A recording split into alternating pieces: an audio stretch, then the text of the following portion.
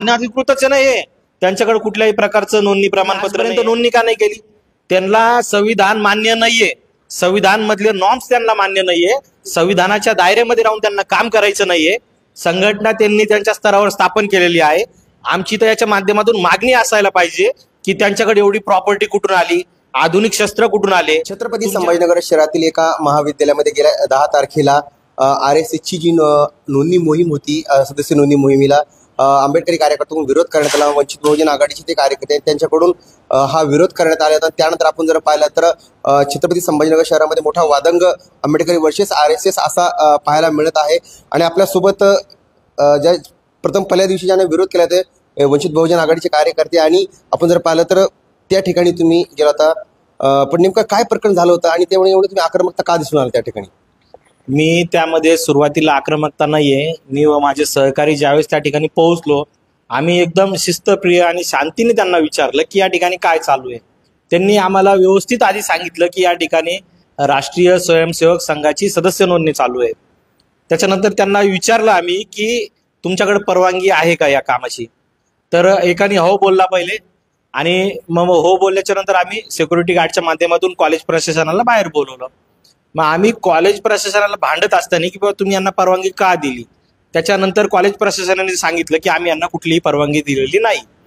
मग कुठलीही परवानगी दिलेली नाही. मग त्यांना आम्ही बोललो किंवा तुम्ही कसं काय खोटं बोलले मग आम्हाला, की काय नेमका प्रकार आहे, तुम्ही सांगू लागले परवानगी दिली, तुम्ही म्हणताय नाही दिली. मग त्याच्यानंतर आमची तिथे थोडीशी शाब्दिक चकमक झाली.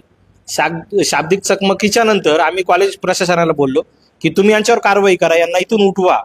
आमचं आणि त्यांचं कुठल्याही प्रकारचा वाद झाला नाही, काही नाही झालं. आम्ही कॉलेज प्रशासनाला भांडलो की यांना परमिशन नसेल दिली तर यांच्यावर कारवाई झाली पाहिजे. हा शैक्षणिक परिसर आहे, या ठिकाणी कुठल्याही धर्माचं, कुठल्याही संघटनेचं या ठिकाणी असं वातावरण निर्माण नाही झालं पाहिजे जेणेकरून विद्यार्थी आपल्या एज्युकेशन पासून, आज आपल्या देशामध्ये हा देश सर्वात मोठा युवकांचा देश मानला जातो.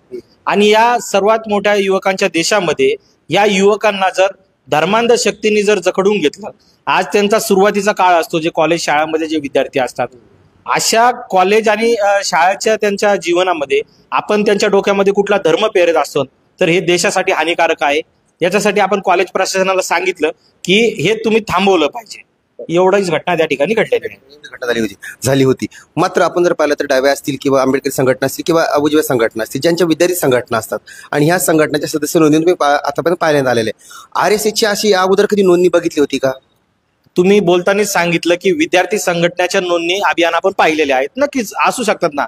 आमचंही सन्मानिक विद्यार्थी आंदोलन आहे, आम्ही नोंदणी अभियान राबवतो. परंतु ते विद्यार्थी संघटना असतं, विद्यार्थी संघटनेच्या नोंदणी अभियान चालले पाहिजे. परंतु हे जे राष्ट्रीय स्वयंसेवक संघ आहे, RSS ज्याला आपण म्हणतो, RSS तर कुठल्याच पद्धतीचं नोंदणी नाहीये. विद्यार्थी संघटने, राजकीय संघटने, सामाजिक संघटने यांची कुठल्याच पद्धतीची नोंदणी नाहीये. मग हे कशाची नोंदणी करून घेऊ लागले? म्हणजे यांना हे नोंदणी केलेले जे 9 सदस्य असतील कोणत्या उपयोगासाठी वापरायचे? एकीकडे नागपूरला यांचं शस्त्रपूजन असतं, म्हणजे त्या शस्त्र कसे चालवायचे, शस्त्र कुणाविरुद्ध चालवायचे हे पण आम्हाला समजलं पाहिजे ना. देशाला समजलं पाहिजे की हे शस्त्रपूजन कशासाठी असतं आणि हे सदस्य नोंदणी केलेले हे सदस्य नोंदणी, हे सदस्य तुम्ही कशासाठी वापरणार आहे. तर काही अडचण नाही, यांनी नोंदणी करावी. नोंदणी करून यांनी यांचं संघटन वाढवावं, त्याचं आम्ही स्वागत करू. विरोध काम ते सदस्य नोंदणीच करत होते ना. मग अहो, त्यांच्या संघटनची नोंदणी उद्या ना. पहिले आधी संघटनची नोंदणी करा, त्याच्यानंतर सदस्य नोंदणी करा. का तुम्ही पहिले सदस्य नोंदणी करतात? इनलिगल अनधिकृतच नाही. त्यांच्याकडे कुठल्याही प्रकारचं नोंदणी प्रमाणपत्र नाहीये. श्रद्धेय बाळासाहेब आंबेडकरांनी कालच कमिशनर साहेबांना प्रश्न विचारला, ज्यावेळेस आम्हाला मोर्चे थांबवायचं त्यांनी विनंती केली. बाळासाहेब आंबेडकरांनी त्यांना सांगितलं आहे तुम्ही एकतर त्या संघटनेचं आम्हाला नोंदणी प्रमाणपत्र द्या, अन्यथा जे अनधिकृत त्या ठिकाणी ते सदस्य बसले होते, कार्यकर्ते, संघाचे कार्यकर्ते बसले होते, त्यांच्यावर गुन्हे दाखल करा. काय चुकीचं आहे यात? गुन्हे दाखल करा, काय चुकीचं आहे? 1925 रोजी स्थापना आहे नागपूरमध्ये संघाची. म्हणजे मला सांगा, एवढं जुना 100 वर्ष त्याला आता पहिले झालेत, आणि एवढ्या जुन्या पक्षाला म्हणजे तुम्ही थेट तुम्ही म्हणजे की नोंदणी नाही वगैरे नाही, म्हणजे एवढं पर्यंत तुम्ही बोलताय. आता तुम्ही सांगताय 1925 ज्यांची नोंदणी आहे, त्यांचं स्थापना आहे.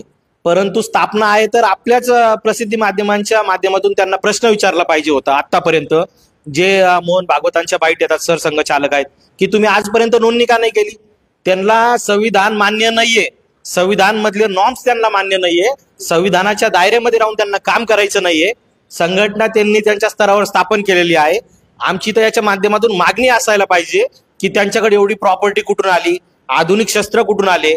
तुमच्या संघटनेची संस्थेची तुम्ही नोंदणी करा, त्याच्यानंतर तुम्ही करा. जुनी आहे नवीन आहे, तुम्ही हे पण सांगा ना की त्याच्यावर 4 वेळेस बंदी आलेली आहे. 4 वेळेस बंदी आलून तेव्हा 4थ्या वेळेस त्यांची बंदी उठवल्या गेली. त्यावेळेस बंदी उठवली त्यावेळेस त्यांना काय सांगितलं गेलं तर सूचना केल्या की तुम्ही तुमची घटना बनवा, नोंदणी करा. त्यांनी आजपर्यंत केलेलं नाहीये. मग भारतीय जनता पार्टीचं आज देशामध्ये सरकार आहे, या देशाने त्यांच्यावर तुम्ही नोंदणी नाही केली, तुमची घटना नाही बनवली, याच्यामुळे पुन्हा बंदी आणायला हरकत नाही. भाऊ तुमचा प्रश्न तुम्हाला मी प्रश्न विचारतो, तुमचं वय किती आहे सध्या? माझं वय 30 आहे. 30 आहे. आता विचार करा, संघ एवढा जुना आहे आणि ते एवढे सुद्धा तुम्ही सांगताय की मग मात्र संघाला अशी कोणती भीती वाटली की नेमकं तुमच्यावर एवढे गंभीर गुन्हे त्यांनी दाखल केले? आता काय आहे, संघाची नोंदणी नाहीये.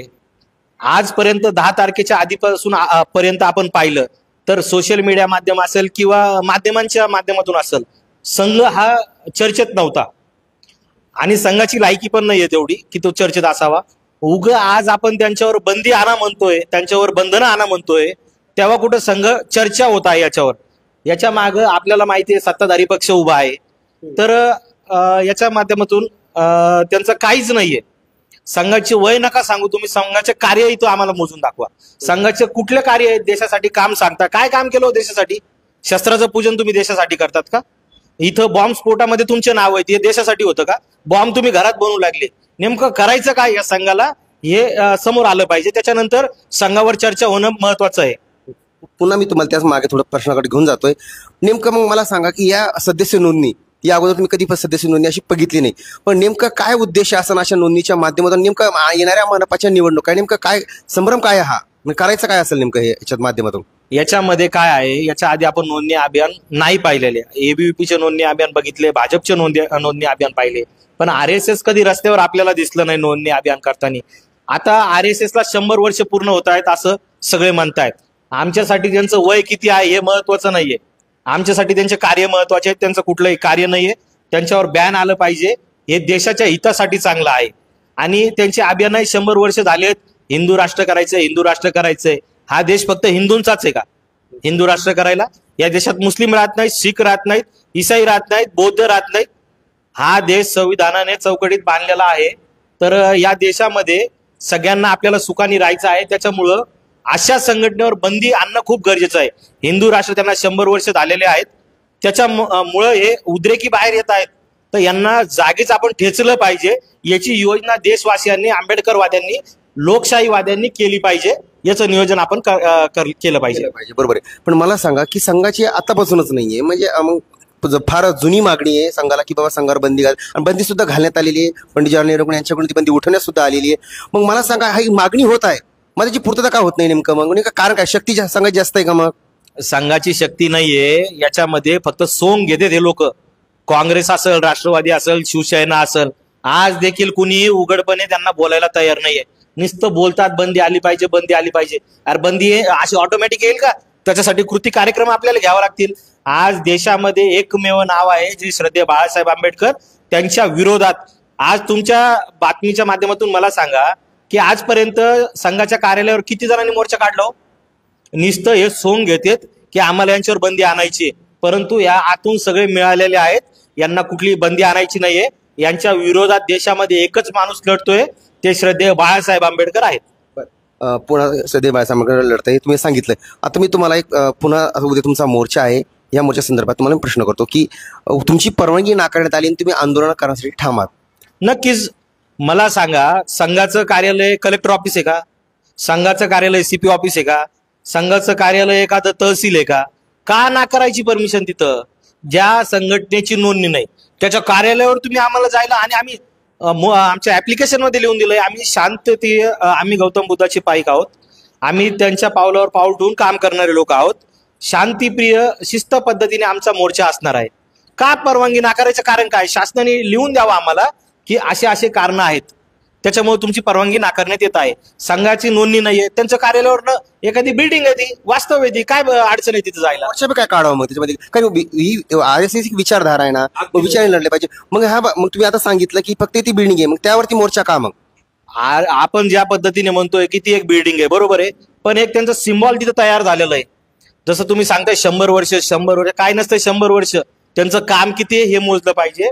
त्यांची आयडेंटिटी तिथं तयार झालेली आहे की हे हेडगेवार रुग्णालय तिथं होतं आधी, आणि आज ती वास्तव त्या संघाच्या कार्यालयाच्या नावाने प्रचलित आहे. पण तिथं राहायला कोणी नाहीये. ठीक आहे, मग पोलिसांनी तिथं अडवण्याचं कारण काय? आम्हाला मोर्चा करू दिला पाहिजे. RSSने तिथं आम्हाला थांबवण्याचं अडचण काय? आम्हाला करू दिला पाहिजे. आम्ही शांतप्रिय पद्धतीने जाणार आहेत. काय अडचण आहे? का थांबवताय पोलीस प्रशासन आम्हाला? एवढ्या छोट्या मोर्चासाठी बाळासाहेब आंबेडकरांना तुम्ही फोन लावता. आमचे नेते आहेत जिल्ह्यामध्ये, अमित भाऊ भुईगळ आहेत, अनेक नेते आहेत आमचे, त्यांच्याशी तुम्ही बोलू शकता. कमिशनर साहेबांनी सरळ बाळासाहेब आंबेडकरांना फोन लावला की विनंती केली की तुम्ही मोर्चा काढू नका. काय एवढं सेन्सिटिव्ह आहे त्या संघाच्या कार्यालयामध्ये? सांगावं आम्हाला.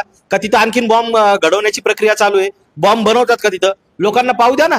संघाचं कधी कार्यालयाचा फुटेज तुम्ही मिळवलाय का? याच्या आधी मिळवलाय असं कधी आपल्याला दिसलं नाहीये.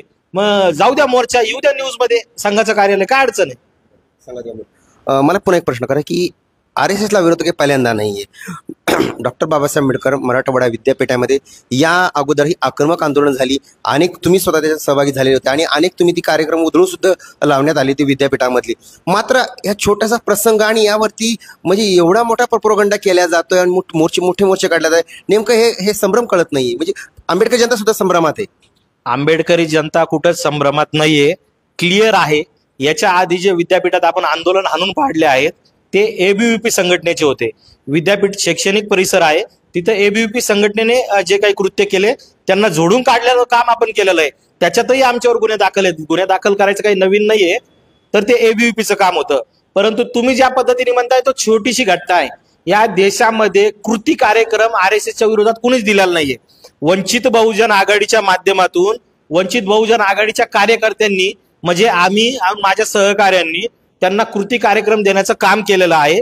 त्याच्यामुळं ही जी थिणगी आहे, कालची बातमी तुम्ही पाहिली तर घाटकोपरला त्यांना थांबवण्यात आला आहे, त्यांचा रस्ता बदलायला लावला आहे.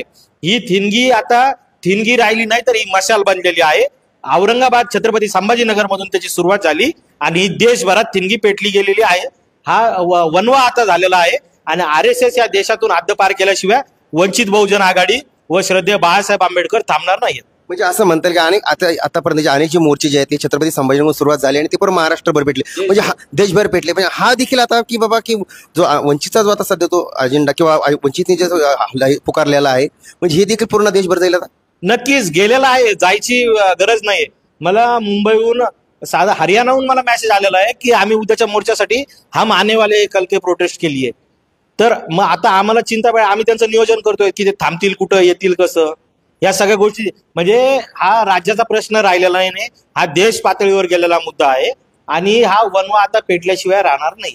म्हणून आता पेटल्याशिवाय राहणार. आणि आता सेन्सिटिव्ह विषय आहे. उद्या मोठा पोलीस बंदोबस्त देखील असणार आहे. म्हणजे तुम्ही ठाम आहात आणि तुम्ही जी ठरवलंय तो तुम्ही मोर्चावर ठामच आहात? आम्ही ठाम आहोत, म्हणजे आमची पूर्ण तयारी झालेली आहे. देशभरातून राज्यभरातून लोक निघलेत, इकडे येण्यासाठी रवाना झाले आहेत आणि मोर्चा अडवण्याचा विषयच नाहीये. मोर्चा तुम्ही इतकं काय सेन्सिटिव्ह घेताय? संघाला काय कारण इतकं सेन्सिटिव्ह घेण्याचं? काय आम्हाला तुम्ही शासनाला प्रश्न विचारा की संघ एवढा सेन्सिटिव्ह का आहे? संघटनाचे नाही, संघटनेच्या व्यतिरिक्त काही सेन्सिटिव्ह काही काम करतात का ते? तसं असेल तर शासनाने सांगावं आम्हाला त्यांची सेन्सिटिव्ह कामं आहेत आणि तुम्ही सेन्सिटिव्ह गोष्टीला टच नका करू. तुम्ही एवढं आंदोलन करताय, मोर्चा करताय, संघाविरुद्ध बोलताय, मात्र संघाची एक देखील प्रतिक्रिया आतापर्यंत समोर आली नाही. हे कदाचित तुमच्यापर्यंत ते पोहोचलं नसेल. केज जे आहेत निकाळजे म्हणून, हे जे नोंदणी अभियानचं जे प्रकरण आम्ही थांबवलं आहे, जी थिणगी आम्ही संभाजीनगरमधून पेटवली आहे, जे आज देशभरात गेलेले आहे, ते निकाळजे म्हणून कोणी इसम आहेत त्यांचे कार्यकर्ते, ते कार्यकर्ते म्हणावं का नाही हा पण प्रश्न आहे. संघटनाच नोंदणी नाही तर ते कसे कार्यकर्ते असतील? पण त्यांनी संघाच्या वतीने भूमिका मांडलेली आहे. पण अशी देखील चर्चा आहे की ही सगळे जे सदस्य नोंदणी जे करण्यासाठी आले हे नागपूरवरून आले होते. नाही, नागपूरवरून नव्हते आले. एक तो जो कोण होता MD डॉक्टर आहे, तो पूर्ण वेळ प्रचारक आहे, तो गडचिरोलीचा आहे. अहो किती छोटासा प्रश्न आहे. तुम्ही आमची आयडेंटिटी 10 मिनिटात काढता इंटरनेटच्या माध्यमातून. एकाची तरी आयडेंटिटी काढा ना. पोलीस प्रशासनाने त्यांची एकाची आयडेंटिटी काढली नाही. हे आले कुठून होते, काय यांचं नियोजन होतं, काय यांचा कट होता, तुम्ही पोलीस प्रशासनाने तो पण चेक तपासायला पाहिजे की नेमकं हे आले कशासाठी होते. सदस्य नोंदणी हे एवढंच काम आहे का यांचं पूर्ण वेळ? आता सरसंघचालकांचं मी स्टेटमेंट वाचलं त्याच्यात ते म्हणतायत समलैंगिकता हा वैयक्तिक भाग आहे, त्याच्यासाठी प्रायव्हसी दिली पाहिजे. किती म्हणजे काय हा देश कोणत्या दिशेने आपल्याला घेऊन जायचा आहे, आपण कुणाला फॉलो करतोय. आणि अशा संघटनेला उपमुख्यमंत्री म्हणतात ही देशासाठी काम करणारी संघटना आहे. माझा त्यांना प्रश्न असेल की देशासाठी त्यांनी केलेले 5 कामं त्यांनी जाहीर करावे. एकनाथ शिंदे साहेबांनी कालचं स्टेटमेंट दिलं, लोकशाही न्यूजवर मी पाहिलं, तर त्याच्यामध्ये ते म्हणतायत की देशासाठी काम करणारी ही संघटना आहे. मग त्या संघटनेला कायद्यात घ्या ना तुम्ही, कायद्याच्या चौकटीत बसवा ना तुम्ही. ती जबाबदारी तुमची नाही का? बंद करायचा म्हणून प्रश्न विचारला तर तुम्ही सांगतात देशासाठी काम करणारी संघटना आहे. कायद्याच्या चौकटीत नकोय का ती संघटना तुम्हाला? मग हे प्रॉपर्टी किती आहे, कोण सदस्य आहेत, कुठून आलेले आहेत, याची चौकशी पाहिजे, याची नोंद शासनाकडे पाहिजे. शासनाकडे कोणत्या नोंदीने नसल्यामुळे असे प्रकार होत आहे. नक्कीच शासनाकडे नोंदी सगळ्या गोष्टीच्या आहेत. आज सीए एनआरसी ज्यावेळेस तुम्ही बाहेर काढलं त्यावेळेस कसे कागद मागू लागले? यांचे कागद नको का तुम्हाला? का हे तुमचे काही विशेष पाहुणे आहेत तुमचे? मग यांना पण कागद मागितले पाहिजे, यांच्या पण नोंदी तुम्ही ठेवल्या, नोंदी शोधल्या पाहिजे किंवा नोंदी हे केल्या पाहिजे. मला शेवटचा प्रश्न तुम्हाला, काय नेमकं सगळी पोलिसांना ही कल्पना होती, त्याच्यावर तुमच्या गंभीर स्वरूपाची गुन्हे देखील तुमच्यावर हे दाखल करण्यात आले. नेमकं या मागचा अंदरुनी हात कोण आणि नेमकं हे कोण घडवतंय, कोण करतंय, म्हणजे पोलिसांना कोण सांगतंय सगळं करण्यासाठी? आता याच्यात स्पष्ट भूमिका दिसत आहे. याच्यात फिर्यादी पोलीस आहेत. आम्ही रोखलं संघाला, फिर्याद केली संघाने, फिर्याद केली पोलिसांनी. याच्यामुळं एक चित्र असं निर्माण होत आहे लोकांमध्ये की पोलीसच संघाचं काम करतायत की काय.